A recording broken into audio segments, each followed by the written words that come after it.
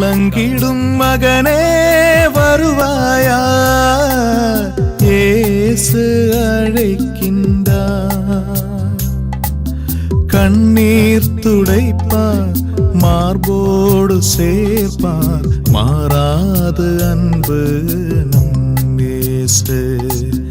கண்ணீர் துடைப்பார், மார்போடு சேர்ப்பார், மாறாது அன்பு நம் இயேசு. கலங்கிடும் மகனே வருவாயா, இயேசு அழைக்கின்றார்.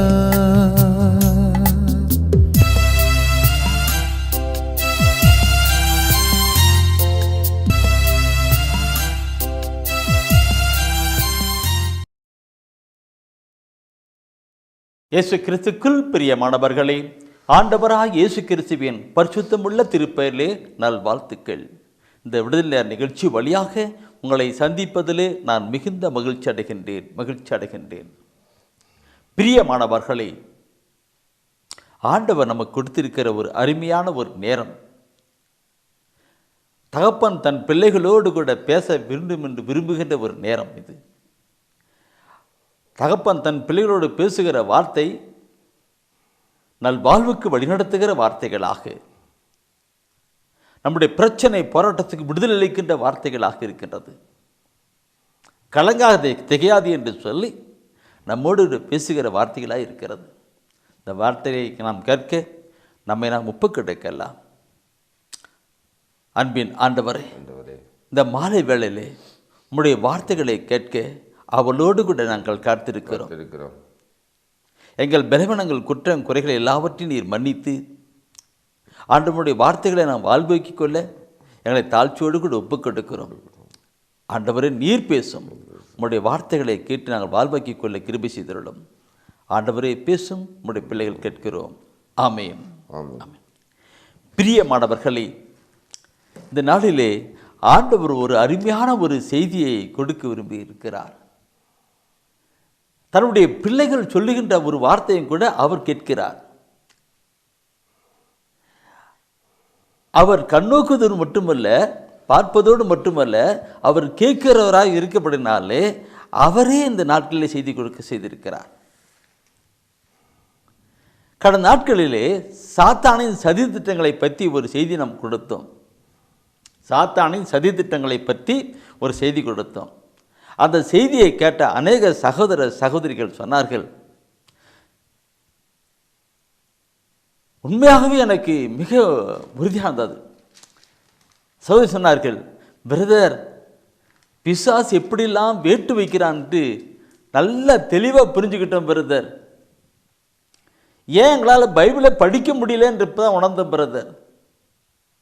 ஏன் எங்களை பைபிளை படிக்க முடியல, எவ்வளவோ ட்ரை பண்ணுறேன், ஏன் பைபிளை படிக்க முடியல, இப்போ தான் பிரதர் உணர்ந்தோம். ஒரு சகோதரர் சொன்னார், பிரதர் நீங்கள் சொல்ல சொல்ல சொல்ல உண்மையாகவே என்னுடைய உள்ளத்தை குத்தியது பிரதர், உள்ளத்தை குத்தியது. நான் என்னுடைய வாழ்வில் அப்படிப்பட்ட நிலை தான் வாழ்ந்துக்கிட்டு இருந்தேன் பிரதர். நான் எவ்வளோ எப்போ பெரியால் நினச்சிட்டு இருக்கேன். ஆனால் சொன்ன வார்த்தைகள், அந்த இறைவசன வார்த்தைகள் குத்தியது. சே, நான் என்ன சாத்தானுக்கு அடிமையாக இருக்கிறேன்னு உணர்ந்தேன் பிரதர்னு சொன்னார்.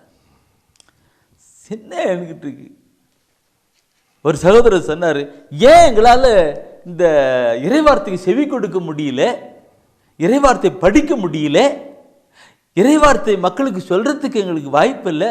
நீ சொல்கிறீங்களே வாய்ஸ் ஆஃப் கார்டில் எல்லாருக்கும் பதிவு பண்ணுங்க, இது வாய்ஸ் ஆஃப் கார்டு எல்லாம் சப்ஸ்கிரைப் பண்ண வைங்க சொன்னீங்க, சொல்லிக்கிட்டே இருக்கிறீங்க. அதுங்களா அது ஏன் செய்ய முடியல, ஏன் செய்ய முடியல, அந்த ஆர்வம் ஏன் எங்களுக்கு வரல?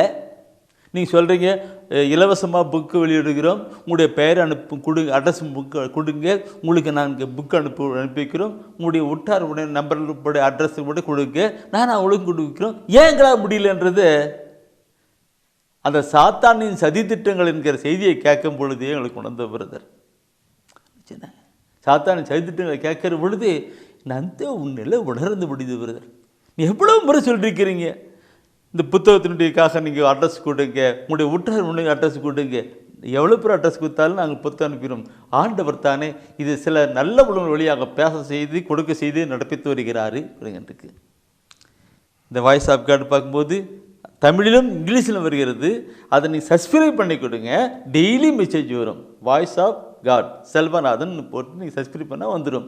நீங்கள் உங்களுடைய உற்றார் உறவினர்களுக்கு தெரிஞ்ச ஃப்ரெண்டுங்களுக்கெல்லாம் அவங்களுக்கெல்லாம் சொல்லி அவங்களையும் சப்ஸ்கிரைப் பண்ண வைங்க. டெய்லி இறைவார்த்தை போடணும்னு சொல்லி நீங்கள் எத்தனையோ வாட்டி சொல்லிட்டு இருக்கிறீங்க. நாங்கள் ஏன் செய்யலைன்றதை அந்த சாத்தானி தரிசிட்டங்கள் என்பது தான் நாங்கள் உணர்ந்தோம்.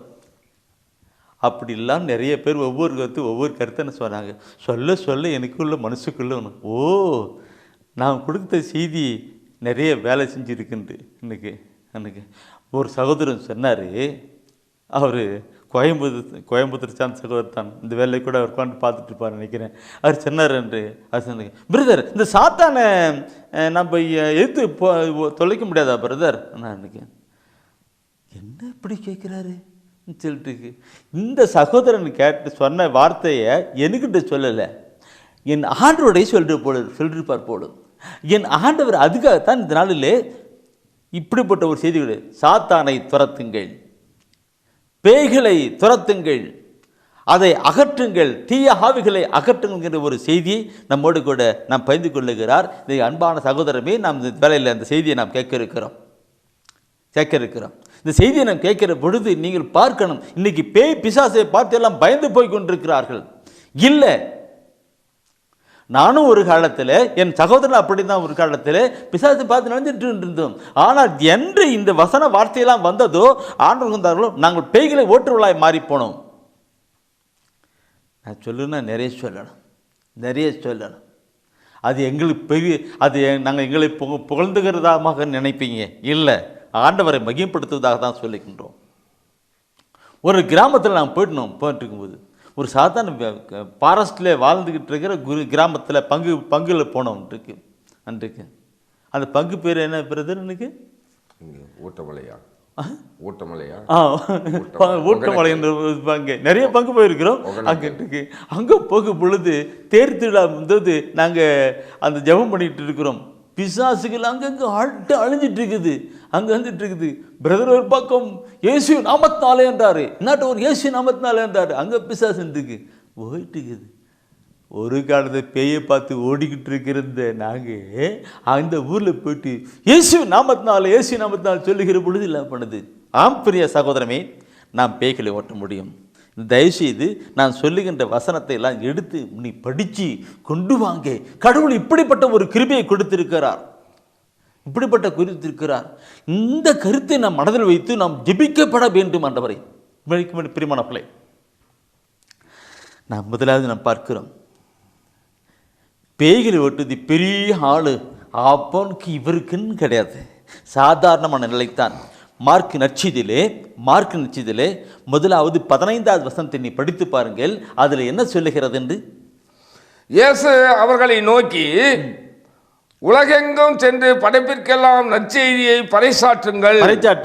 சரி, அடுத்து நீ பார்த்தினாக்க அடுத்த வசனம் சொல்லுகிறது என்னன்னாக்க, அப்படிங்க, நம்பிக்கை கொண்டு திருமுழுக்கு பெறுவோர், நம்பிக்கை கொண்டு திருமுழுக்கு பெறுகிறவர்கள் மீட்பு பெறுவார்கள். நம்பிக்கை அற்றவரோ தண்டனை தீர்ப்பு பெறுவர். அப்போ திருமுழுக்கு பெறுகிறவர்கள், நம்பிக்கை கொண்டு திருமுழுக்கு பெறுகிறவர்கள் சொல்லப்பட்டிருக்கிற வார்த்தை பணம் 16வது வசனம்.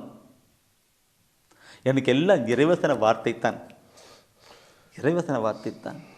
அதில் பார்க்கிறோம் 16 பார்க்கும் பொழுது நம்பிக்கை கொண்டு திருமுழுக்கு பெறுகிறவர்கள் சொல்லுகிறது மீட்புக்கு.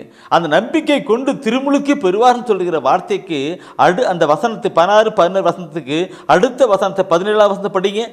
நம்பிக்கை கொண்டு பின்வரும் அரும் அடையாளங்களை செய்வார்கள், அவர்கள் என் பெயரால் பேய்களை ஓட்டுவர். பாயிண்ட் என்னமா சகோதரி என்ன? நம்பிக்கை கொண்டு திருமுழுக்கு பெறுகிறவர்கள் என் பெயரால் பேய்களை ஓட்டுவாங்க சொல்லப்பட்டிருக்கிறது. இன்னைக்கு நாமெல்லாம் பார்த்தோன்னா பேயை பார்த்து ஓடி பயந்து போயிட்டு இருக்கிறோம். நான் நேற்று தினத்தில் ஒரு சகோதரன் ஃபோன் பண்ணி, பிரதர் எங்கள் அம்மாவுக்காக ஜெபம் பண்ணுங்க பிரதர். என்னப்பா தம்பின்னு சொன்னதுக்கு, அவங்க ஒரு நைட்டில் ஏதோ கனவு கண்டாங்களாம், அது பேய் பேசுகிற மாதிரி வந்துச்சான், அதை பார்த்து அவங்களுடைய உடம்பெல்லாம் ஒரு சிலுத்து போச்சான், இப்போ அவங்களுக்கு காய்ச்சல் தலைவலி பயங்கர உடம்பா இருக்காங்க, அவங்க ஆஸ்பத்திரியில் இருக்கிறாங்க பிரதர்னு. பேயை பார்த்து பயந்து தாய் கொண்டு ஒடுக்கிட்டு இங்கே ஆண்டவர் சொல்லுகிறாரு, நம்பிக்கை கொண்டு. நான் அப்பே கேட்டேன், அப்பா சகோதரா உன் பேர் என்ன கேட்டேன், கிறிஸ்துவ பேர். உங்கள் அம்மா பேர் என்ன கேட்டேன், இந்த கிறிஸ்துவ. ஏப்பா நீங்களும் திருமலுக்கு பட்டவங்க தானே? ஆமாம் பிரதர். என்ன கத்தோலிக்? என்ன திருமலுக்கு பட்டவர்கள் இப்படிப்பட்ட காரியம் இருக்கும். அப்படி நான் சொல்லுகிற பொழுது அந்த தம்பி அப்படி ஒரு ஆச்சரியப்பட்டு போனான். ஏன்? இந்த பைபிளை எடுத்து படித்து பார்க்கிற பொழுது தான் அவனுக்கு தெரியும். இறைவசன வார்த்தையை எடுத்து படிக்கிற பொழுது தான் அவனுக்கு தெரியும். நம்பிக்கை கொண்டு திருமுழுக்கு பெறுவர்களுக்கு இந்த அதிகாரம் இருக்கும். அவர் என் பெயரால் பேய்களை ஓட்டுவார்கள் சொல்லப்பட்டிருக்கிறது. Praise the lord, praise the lord. என் அன்பான சகோதரமே, இந்த ஒரு கருத்தை வைக்கணும் இருக்கும். இந்த கருத்தின் முதல்ல திருமுழுக்கு பெற்ற ஒவ்வொருவனுக்கு அப்படிப்பட்ட நிலை. நான் இதை அப்புறமா சொல்றேன். அடுத்த ஒரு கட்டம் பார்க்கணும். அடுத்த கட்டம் பார்க்கணும்னாக்க ஆண்டவராய் இயேசு கிறிஸ்து தன் சீடர்களை தேர்ந்து கொள்ளுகிறார். தன்னுடைய சீடர்களை தேர்ந்து கொள்கிறார். நற்செய்தி அறிவிப்புக்காக தேர்ந்து கொள்ளுகிறார். என்ன சொன்னுகிற கருத்துக்கும் இந்த கருத்துக்கும் ஒரு வித்தியாசமாக இருக்கும். தன்னுடைய சீடர்களை தேர்ந்து கொள்ளுகிறார். தேர்ந்து கொண்டு அவர்கள் நற்செய்தி அறிவிப்பு பணிக்காக அனுப்புகிறார். அது இங்கே மத்தேயு நற்செய்தியிலே 10ஆம் அதிகாரத்திலே முதல் வசனத்தை நீங்கள் வாசித்து பாருங்கள். 10ஆம் அதிகாரம் முதல் வசனத்தை வாசித்து பாருங்கள். அதில் என்ன சொல்லுகின்றது? இயேசு தம் சீடர் 12 வரையும் தம்மிடம் வரவழைத்தார். இயேசு தன்னுடைய சீடர் 12 பேரையும் வரவழைத்தார். தீய ஆவிகளை ஓட்டவும், தீய ஆவிகளை ஓட்டவும், நோய் நொடிகளை குணமாக்கவும் அவர்களுக்கு அதிகாரம் அளித்தார். ஃபர்ஸ்ட் என்ன கருத்து? பேய் தீய ஆவிகளை ஓட்டவும் சொல்லப்பட்டிருக்கிறது. தீய ஆவிகளை ஓட்டணும்.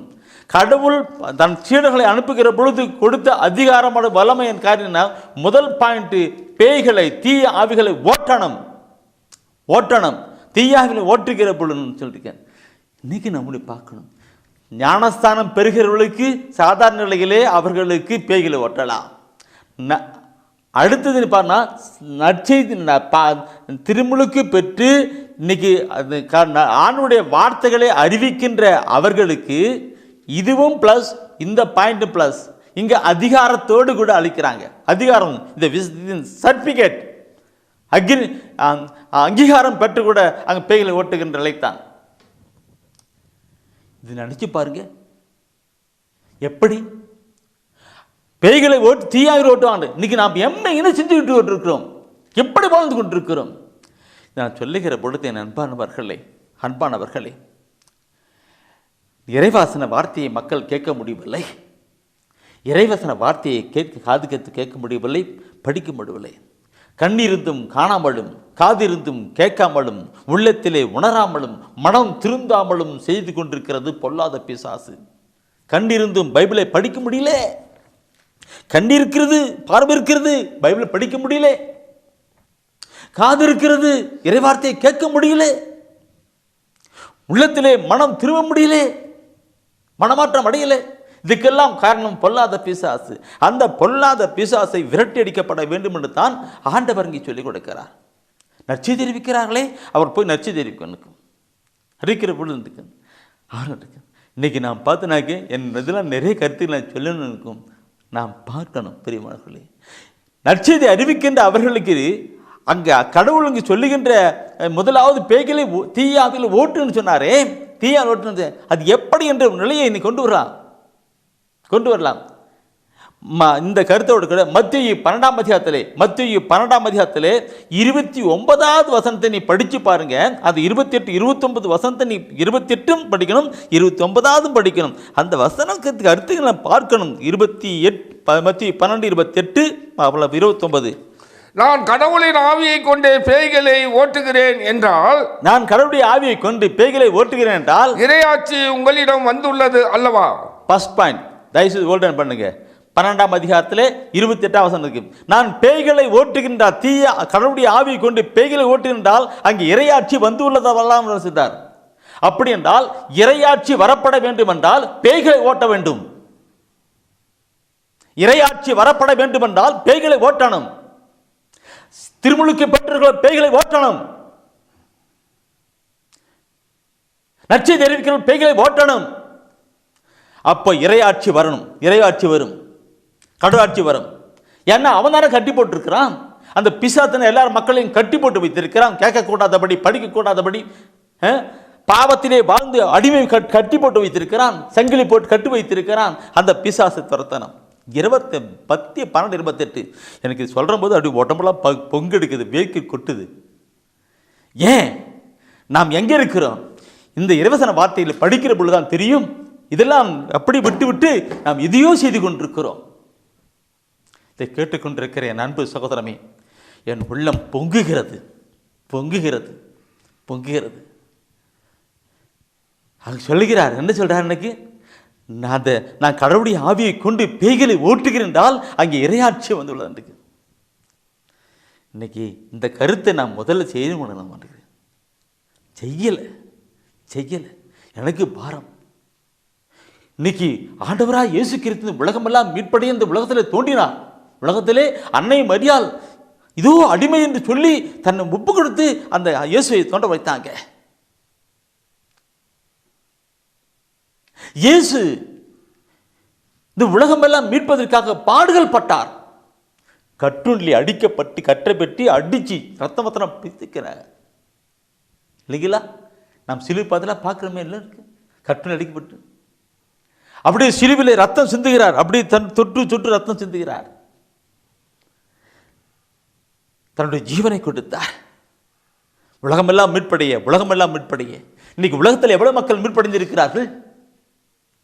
உலகத்தில் எவ்வளவு மக்கள் சகோதரமை மீட்படைந்திருக்கிறார்கள்? நான் சொல்லனாக்கே, முதலாவது இந்த கருத்துக்கெல்லாம் கொண்டு வரணும். எனக்கு பாரம். ஒவ்வொரு நாளும் ஆண்டவருடைய சமூகத்தில் அழுது புலம்பிக் கொண்டிருக்கிறேன். ஒவ்வொரு நாளும் புலம்பிக் கொண்டிருக்கிறேன். அவருடைய வருகை நாட்கள் மிக சமீபம். அவருடைய வருகை நாட்கள் சமீபம். அந்த காலகட்டத்திலே பார்க்கிற பொழுது உலகத்திலே எவ்வளவு மக்கள் மீட்படைந்திருக்கிறார்கள்? பாரம். என அதே தான் ஆண்டவர் சமூகத்திலே ஒவ்வொரு நாளும் அழுது புலம்பிக் கொண்டிருக்கிறேன்.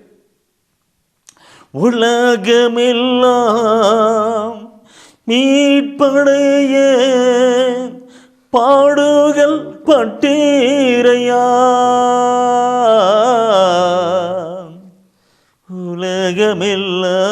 உலகமெல்லாம் மீட்படைய ரத்தம் சிந்தி நீரே, உலகமெல்லாம் மீட்படைய உஞ்சீவன் தந்தீரே. இயேசுவே இயேசுவே இயேசுவே, உமது வருகையோ மிகவும் சமீபமே. உம்முடைய வருகை மிக சமீபம் என்று சொல்லுகிற பொழுது அதையும் மக்கள் உணரல. ஆண்டவர் இந்த பைபிளில் எல்லாத்தையும் சொல்லியிருக்கிறார். இறுதி நாட்களில் உலகத்தின் போக்கு எப்படி இருக்கும் சொல்லி கொடுத்திருக்கிறார். இறுதி நாட்களிலே மக்களுடைய போக்கு எப்படிலாம் இருக்கும் என்று சொல்லிக் கொடுத்திருக்கிறார். இதெல்லாம் இந்த காலகட்டத்தில் நடந்து கொண்டிருக்கிறது. இந்த காலகட்டத்தில் நடந்து கொண்டிருக்கிறது. இதெல்லாம் அறியாதபடி, இதெல்லாம் இந்த விழுத்தில் சொல்லப்பட்ட வார்த்தை அறியாதபடி உலக போக்கிலே வாழ்ந்து கொண்டிருக்கிறோம். பார்க்கணும், பைபிளில் இறுதி நாட்கள் இப்படிலாம் இருக்கும், இப்படிலாம் இருக்கும். என் அன்பானவர்களே, நான் இதை பாரத்தோடு சொல்லுகிறேன். என் தூய ஆவியான் உணர்த்துகின்றால் இதை சொல்லிக் கொண்டிருக்கிறேன். இது உலக போக்கிலான இந்த நற்செய்தி அறிவிப்பு அவர் கொடுத்து செயல்படுத்திக் கொண்டிருக்கிறார். அவர் என்னென்ன சொல்லுகிறார் அதையெல்லாம் நான் சொல்லிக் கொண்டிருக்கிறேன். ஒரு திக்குவாயும் சொல்லிக் கொண்டிருக்கிறேன். படிப்பறிவு இல்லாதவன் சொல்லிக் கொண்டிருக்கிறேன். நற்செய்தி நேர்ப்பை காரியங்களை பந்து வரணும். அறிபடுங்க. அடுத்த ஒரு கட்டத்தை பார்க்குறோம். அந்த மத்திய 12ஆம் அதிகாரத்திலே 28ஆம் வசனத்தை படித்தீங்க அல்லவா? நான் கடவுளுடைய ஆவியை கொண்டு பேய்களை ஓட்டியிருந்தால் அங்கே இறையாட்சி வந்துள்ளதுன்னு சொல்லுகிறார் அல்லவா? அடுத்த கட்டத்தை நீங்கள் படித்து பாருங்கள். 29ஆம் வசனம் படித்து பாருங்கள். என்ன சொல்லுகிறது? முதலில் வலியவரை கட்டினால் அன்றி எப்படி அவ்வலியவருடைய வீட்டுக்குள் நுழைந்து இந்த வலியவருடைய வீட்டுக்குள் நுழைந்து அவருடைய பொருள்களை கொள்ளையிட முடியும், கொள்ளையடிக்க முடியும். அவரை கட்டி வைத்த பிறகுதான் அவருடைய வீட்டை கொள்ளையிட முடியும். நீங்க பாருங்க, அந்த 28ஆம் வசனத்துக்கும் அந்த 29ஆம் வசனத்துக்கும் அப்படியே இணைச்சி படிச்சு கொஞ்சம் சிந்தித்து தியானித்து பாருங்க, அதனுடைய வல்லமை தெரியும். இந்த உலகத்தை எல்லாம் பொல்லாத பிசாசனம் கட்டி வைத்திருக்கிறான். மனிதனை கட்டி வைத்திருக்கிறான். அவனுடைய எண்ணங்களையும் சிந்தனையும் கட்டி வைத்திருக்கிறான். கேட்கக்கூடாதபடி எல்லாரும் ஆட்குடி கொண்டு வந்திருக்கிறான். அப்படிப்பட்ட பொல்லாத பிசாசை நாம் கட்டணும். இயேசு நாமத்தினால கட்டணும், துரத்தி அடிக்கணும். அப்பொழுதுதான் இறையாட்சி காரியங்கள் இருக்கும். வலிவனை கட்டினால் அன்றி. உதாரணத்தை எப்படி சொல்றா பாருங்க. பிசாசானன் பயங்கரமான ஆள், வலியவன் சொல்லப்பட்டிருக்குது. பிசாசானன் வலியவன், பொல்லாதவன், வலியவன், ஏமாற்றுக்காரன், பொய்யன், திருடன். அப்படிப்பட்ட அவனை நீ கட்டினால்தான் அந்த இறையாட்சியிலே மக்களை கொண்டு வர முடியும். இல்லை என்றால் எப்படி செய்ய முடியும் என்று அங்கே தெளிவாக ஆண்டவர் கொடுக்கின்றார். அந்த வலிவனை கட்டினால் என்று அந்த இடத்துல போயிட்டு எப்படி மக்கள் கொண்டு வர முடியும்? பிரியமானவர்களே, நம்முடைய வாழ்க்கையிலே இதை குறித்து நாம் சிந்தித்து பார்க்கணும். எப்படி நம்முடைய வாழ்க்கை ஓடிக்கொண்டிருக்கிறது, நம்முடைய சமூகம் எப்படி ஓடிக்கொண்டிருக்கிறது, ஆண்டு வருகிற நாட்களிலே பொல்லாத பிசாசன் எப்படிலாம் செயல்பட்டு கொண்டிருக்கிறான் தெரிந்து பாருங்கள். நான் சொன்னேன், சாத்தானின் சதி திட்டங்கள் என்று அந்த மனசை உள்ளத்தில் வைத்து நாம் ஜெபிக்கணும். பெரியமானவர்களே, ஜெபிக்கணும், பிசாசை துரத்தணும். இந்த பிசாசை துரத்தணும் என்று சொல்லுகின்ற பொழுது நேரம் ஆயிப்போச்சு. நான் அன்பானவர்களை பார்க்கணும். இயேசுடைய பெயராலே பேய்களை ஓட்டுவாங்கன்னு சொல்லப்பட்டிருக்கு. பேய்களை ஓட்டுவாங்க, தீயாவில் ஓட்டுவாங்கன்னு சொல்லப்பட்டிருக்கிறது. அதனால்தான் அருள்நாதர் இயேசு கிறிஸ்து சிலுவையிலே தன் ஜீவனை கொடுத்தார். மரணத்தை சிலுவையிலே அவர் வெற்றி சிறந்த மரணத்தை வென்று சாத்தானை ஜெயித்தவராக இருக்கிறார். அந்த சிலுவை தான் இந்த சிலுவை வென்று இந்த சிலுவையிலே தான் அவர் வெற்றி சிறந்தார். அவை சாவை வென்றார், பிசாசை வென்றார், மரணத்தை வென்றார். இந்த கருத்தினை பப்பிலானாக்க பிரிமானவர்களே, நமக்கு அதிகாரம் கொடுத்து நம்மை என் பெயரால் பேய்களை ஓட்டுவின்னு சொன்னவர் இவர்தான். என் பெயரால் பேய்களை ஓட்டுவின்னு சொன்னவர் இவர்தான். என் பெயராலே நீங்கள் தீய ஆவிகளை ஓட்டுவீங்கன்னு சொன்னவர் இவர்தான். முதலில் பலவானை கட்டுங்கள் சொன்னவர் இவர்தான். அந்த சாத்தானை ஜெயித்தவர், மரணத்தை வென்றவர். இவருடைய பெயராளம் கொண்டு வருகிற பொழுது மிகவும் காரியமாக இருக்கும். இந்த நான் கடுத்த வசனத்தை நான் சொல்லிக்கணும்னு நினைக்கிறேன். ஆனால் நான் அதிகம் போயிட்டு இருக்கிறேன். அதான் இருக்கும்.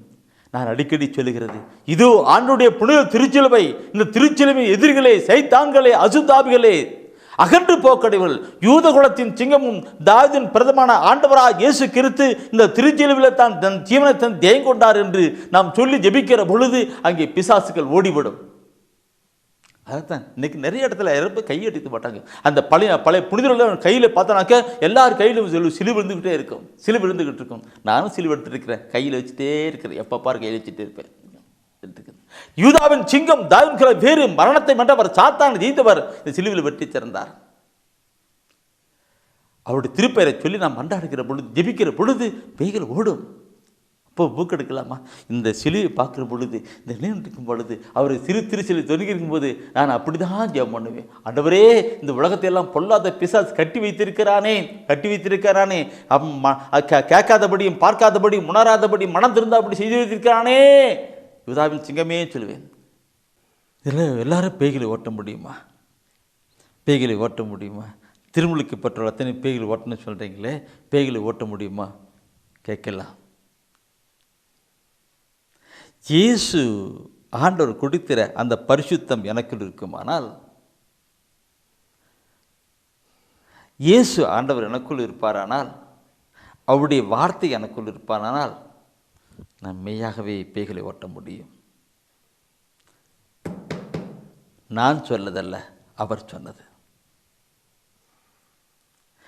நற்செய்தி அறிவிக்கிறனுடைய வாழ்க்கையிலே பார்க்கிற பொழுது அந்த ஆத்ம தாகமும் வாஞ்சையும் அதிகார கலைஞர்கள் எடுக்கிற பொழுது இதை ஓட்ட முடியும்.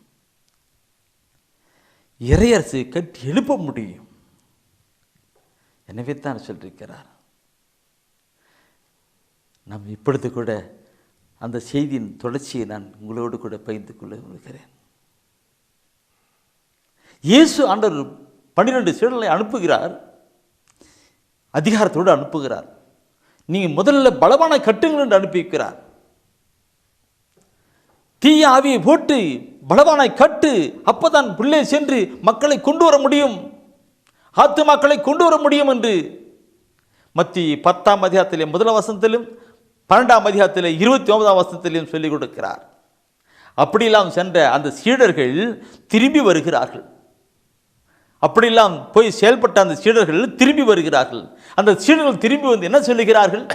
லூக்கா நற்செய்தியிலே 10ஆம் அதிகாரத்திலே 17ஆவது வசனத்தை நீ படிக்கிற பொழுது 10ஆம் அதிகாரத்திலே 17ஆவது எடுங்க. எல்லாரும் பைபிள் எடுத்து வச்சிருக்கிறீங்க, எடுங்க சகோதரமே, எடுங்க. படிங்க சகோதரமே, படிங்க. உள்ளத்தை வைங்க சகோதரமே, வைங்க. செயல்படுங்க, செயல்படுங்க, செயல்படுங்க, செயல்படுங்க. மத்திய லூக்காஸ் நற்செய்தியிலே 10ஆம் அதிகாரத்திலே 14ஆம் வசனத்தை பார்க்கிற பொழுது அந்த சீடரெல்லாம் போய் அதை அறிவிச்சிட்டு திரும்பி வராங்க. திரும்பி வரும்போது எப்படி நடக்கிறாங்க பாருங்க, சொல்றாங்க பாருங்க.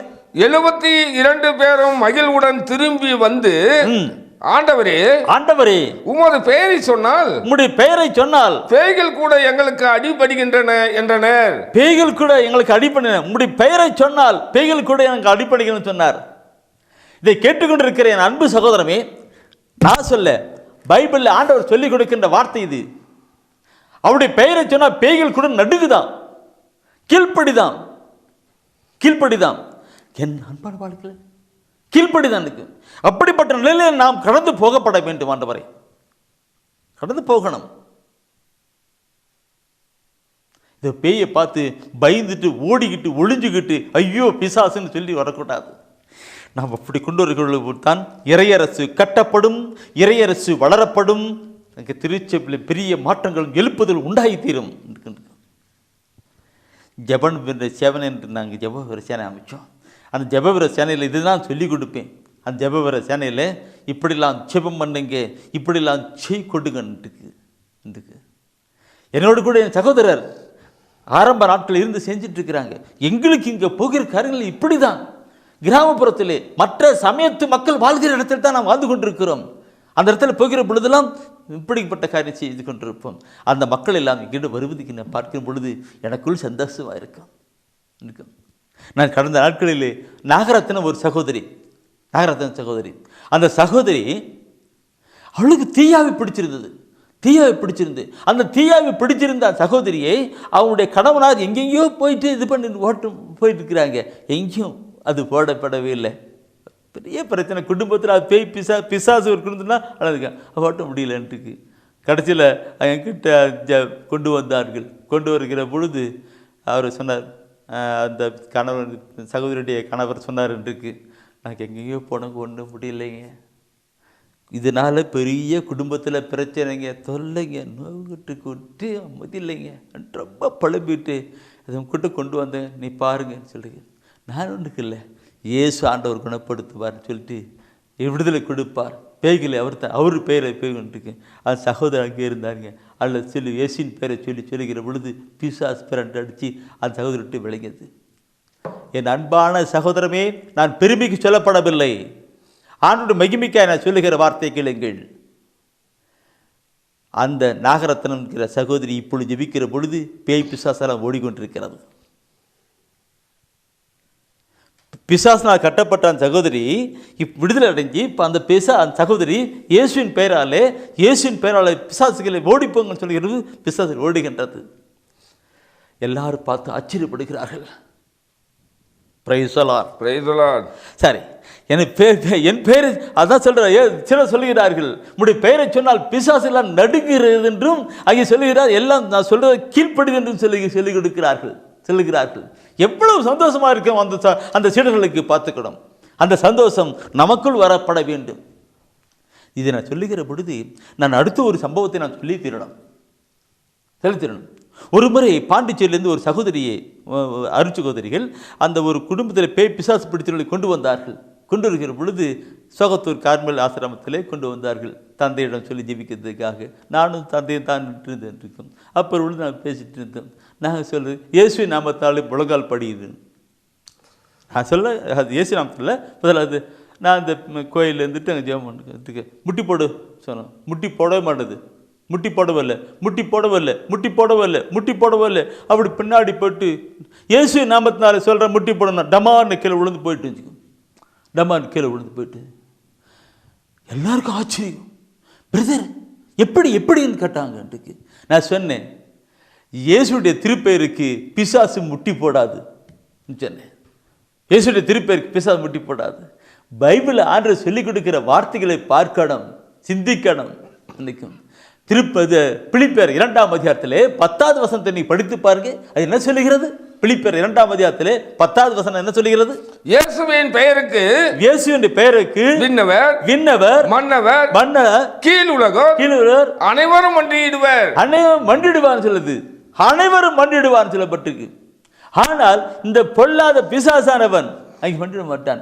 நான் சில வேளையிலே சகோதர சகோதரி சொல்லுவாங்க, பிரதர் சரியா ஜெபம் பண்ணவே முடியல பிரதர், தூக்கமாக வருது பிரதர், பைபிளை படிக்க முடியல பிரதர், பைபிளை படிக்க முடியும் பிரதர், தூக்கமாக வருது.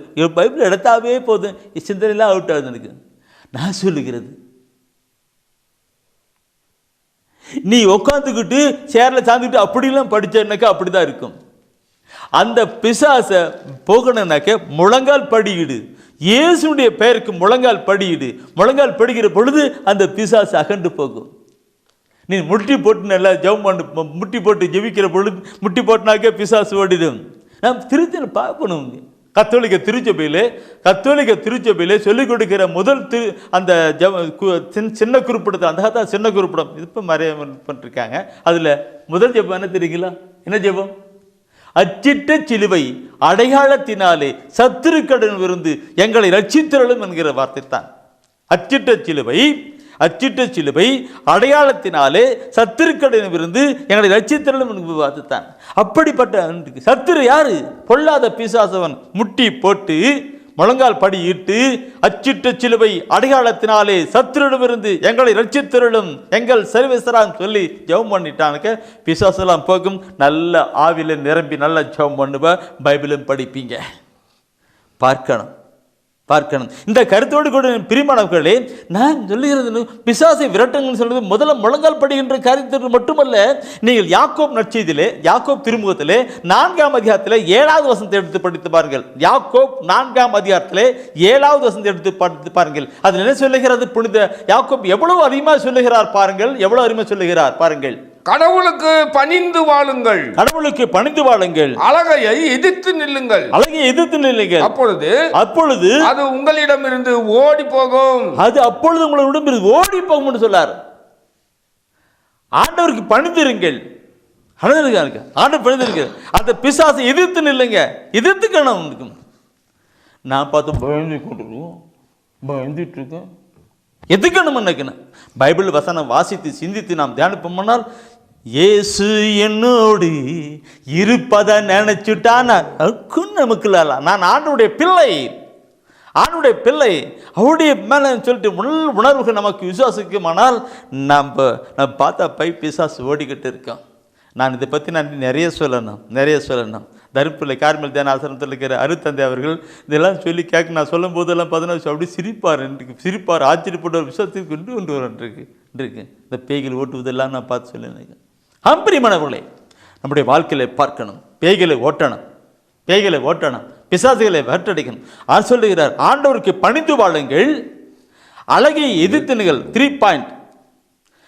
ஆண்டவருக்கு பணிந்து வாழுங்கள், பணிந்து வாழுங்கள், அழகை எதிர்த்து நில்லுங்கள், அப்பொழுது அங்கே விட்டது ஓடிப்போ. இந்த நிலையை நமக்கு கொண்டு வருகிற ஆண்டு பணிந்து வாழுகிற நிலையை கொண்டு வரணும். பிரியமகளே, இன்றைக்கு இதை நான் சொல்லுகிற பொழுது நான் அடிக்கடி முன்ன பாடிருக்கு. நேற்று தினத்தில் ஒரு பாட்டு பாட நினைக்கின்றிருக்கு. யூதாவின் சிங்கமே தாவீதின் குலவேருக்கு இல்லைங்களா? அப்படியா நிலை நம்மளே பார்க்கிற பொழுது நான் கடுத்த ஒரு கருத்தை நான் சொல்லி கொடுத்து தயவு செய்து திருவெளிப்பாடு 5ஆம் அதிகாரத்தை 5ஆம் வசனத்தை எடுத்து படித்து பாருங்க. திருவெளிப்பாடு 5ஆம் கடைசி, அந்த திருவெளிப்பாட்டில் கடைசி அதிகாரத்தை, இந்த திருவெளிப்பாடு 5ஆம் அதிகாரத்தில் 5ஆம் வசனம் படித்து பாருங்க. அதில் சொல்லுகிற வார்த்தையை நாம் சிந்திக்கணும். அப்பொழுது மூப்பருள் ஒருவர் என்னிடம், அழாதே, யூதா குலத்தின் சிங்கமும் தாவீதின் குலக்கொழுந்துமானவர் வெற்றி பெற்று விட்டார். அதை பிசாசு வெற்றி பெற்று விட்டான். இந்த கருத்தை நான் சொன்னால் நிறைய சொல்லணும். ஆனால் கூட என்ன எப்போ பாரு இதை பற்றி பேசிட்டு இருக்கேன்னு அதை கொண்டு போகிறேன்.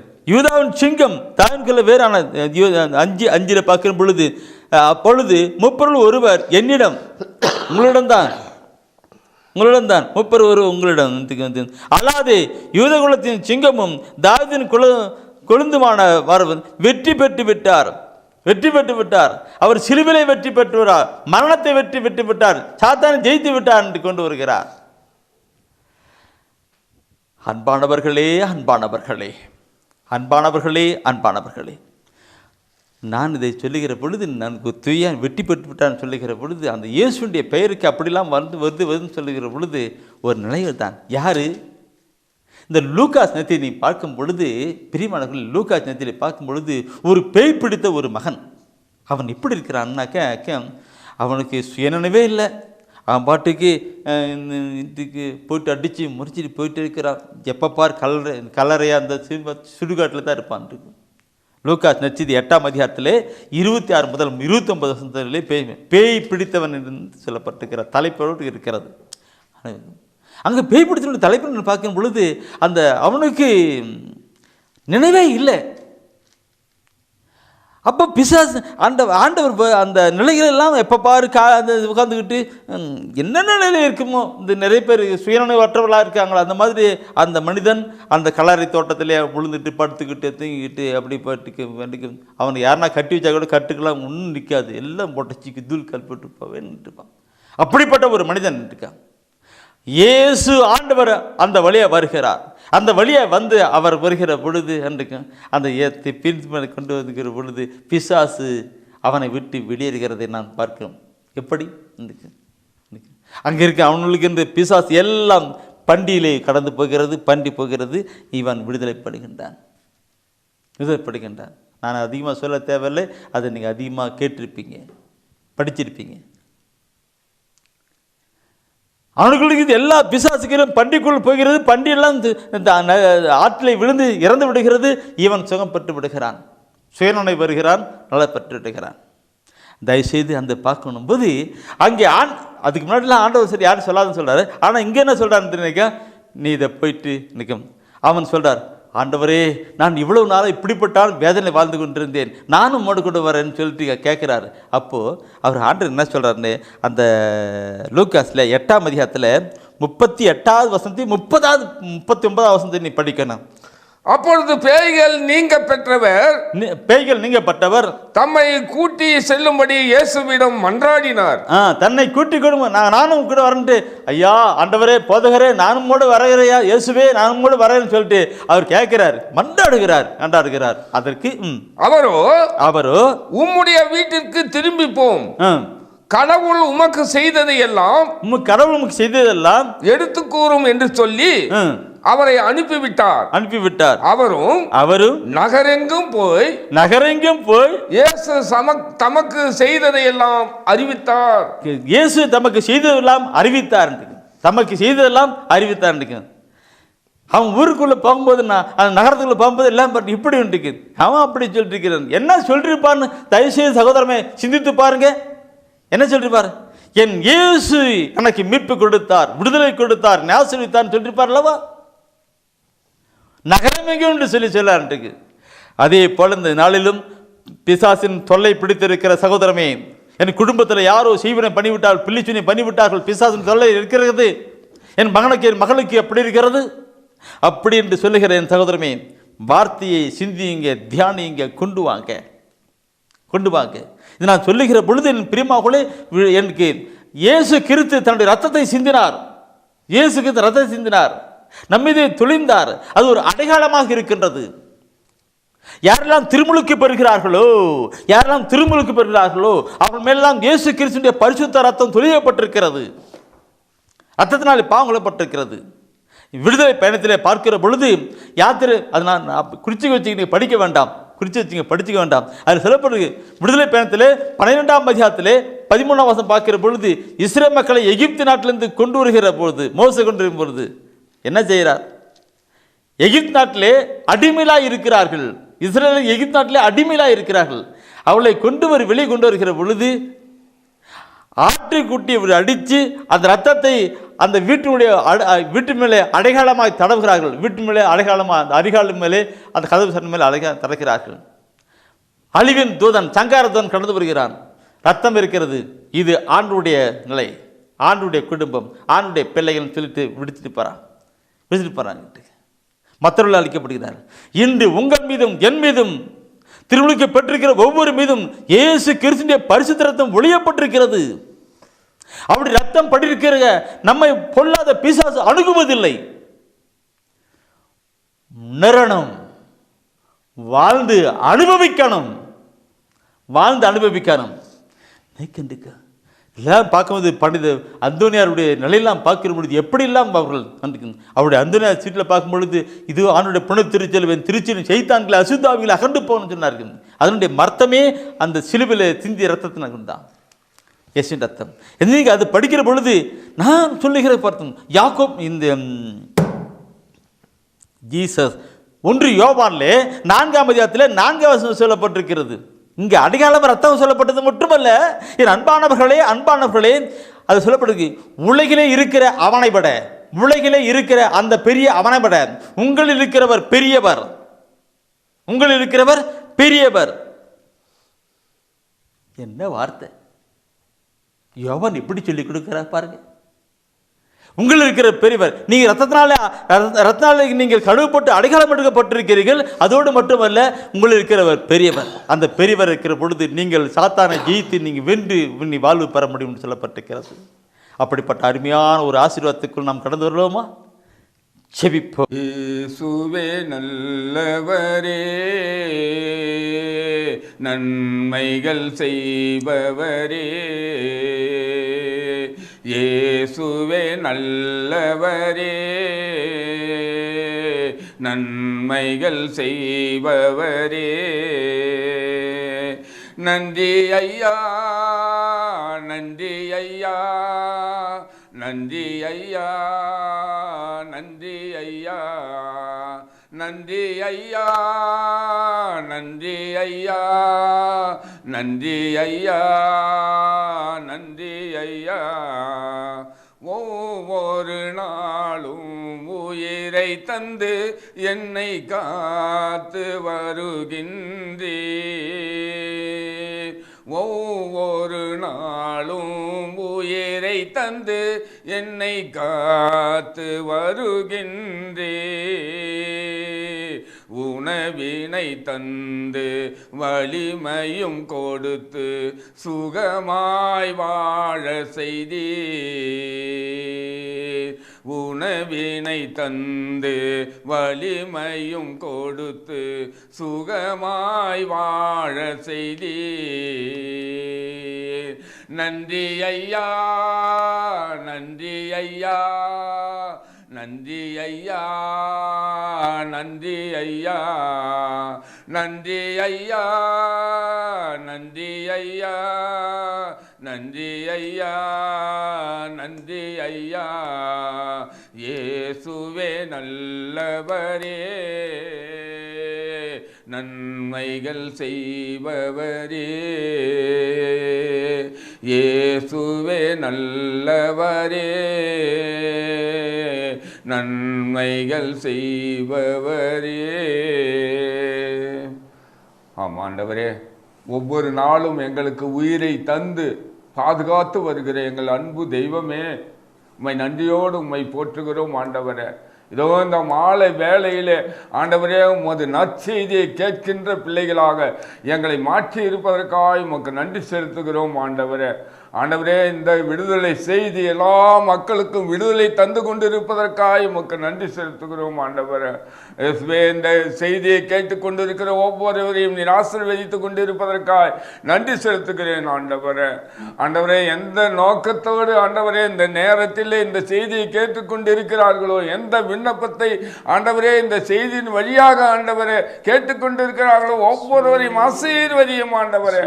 ஆண்டவரே, அன்று ஒவ்வொரு நாளையும் ஒவ்வொருவரையும் ஆண்டவரே அவர்களுடைய தேவைகளை அறிந்து தேடி சென்று குணப்படுத்தின ஆண்டவரே, ஆசீர்வதித்த எங்கள் அன்பு தெய்வமே, இதோ இந்த நாளிலே ஆண்டவரே ஒவ்வொருவரையும் நீ ஆசீர்வதித்துக் கொண்டு இருப்பதற்காக நன்றி செலுத்துகிறேன் ஆண்டவரே.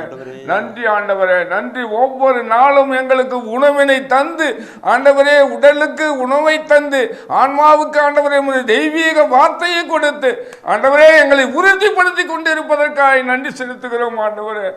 தேவன் உலகம் முடியும் வரை நான் உங்களோடு கூட இருக்கிறேன் என்று சொன்ன ஆண்டவர், எங்களுடைய துக்கத்திலும் ஆண்டவரே, சோர்விலும் கவலைகளிலும் கண்ணீரிலும் ஆண்டவரே எங்களோடு இருந்து ஒரு தாயை போல தந்தை போல தேற்றி கொண்டு இருப்பதற்காக நன்றி செலுத்துகிறேன் ஆண்டவரே. இதுவரை நீர் அவர்களுக்கு செய்த எல்லா நன்மைகளுக்கும் ஆண்டவரே கோடான கோடி நன்றி செலுத்துகிறோம் ஆண்டவரே. அவரையும் அவர் குடும்பத்தாரையும் ஆசீர்வதியும், அவருடைய பிள்ளைகளையும் பேர பிள்ளைகளையும் ஆசீர்வதிக்க முடியாது ஜெபிக்கிறேன் ஆண்டவரே. இயேசுவே உமக்கு நன்றி ஆண்டவரே. இந்த அருமையான செய்தியை கேட்டுக்கொண்டிருக்கிற ஒவ்வொருவருடைய உள்ள தேவைகளை நீ நிறைவேற்ற முடியாது நாங்கள் ஜெபிக்கிறோம். நீர் அப்படி செய்வதற்காக நன்றி செலுத்துகிறோம். எங்கள் அருமை இயேசுவின் ஈடு இணையற்ற அற்புத நாமத்தில் ஜெபிக்கிறேன் நல்ல தந்தையே, ஆமென். அரியே வாழ்க ஆண்டவரும் உடனே, பெண்களிலே நீர் பேரு பெற்றீரும் மகனும் வாழியவே. பரிசுத்த மரியாயே எங்கள் பரமனின் தாயாரே, பாவிகள் எங்களுக்காய் பரமனை மன்றாடும். இப்போதும் நீர் மன்றாடும், எப்போதும் நீர் மன்றாடும். தீமைகள் நெருங்கையிலே பரமனை மன்றாடும். மரணம் வருகையிலே எம்மை தாங்கும் அம்மா.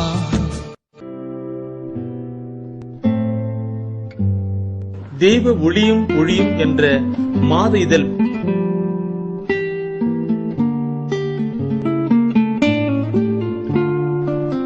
எமது டிவைன் ஊழியத்தின் வழியாக வெளியிடப்படும் தெய்வ ஒளியும் ஒளியும் என்ற மாத இதழ் பெற வேண்டும் என்றால் சரியான முகவரியை அனுப்புங்கள். புத்தகங்கள் அனுப்பி வைக்கின்றோம். எங்கள் ஊழியங்களுக்காக ஜீவியுங்கள். ஆண்டவர் உணர்த்துகின்ற காணிக்கையால் தாங்க.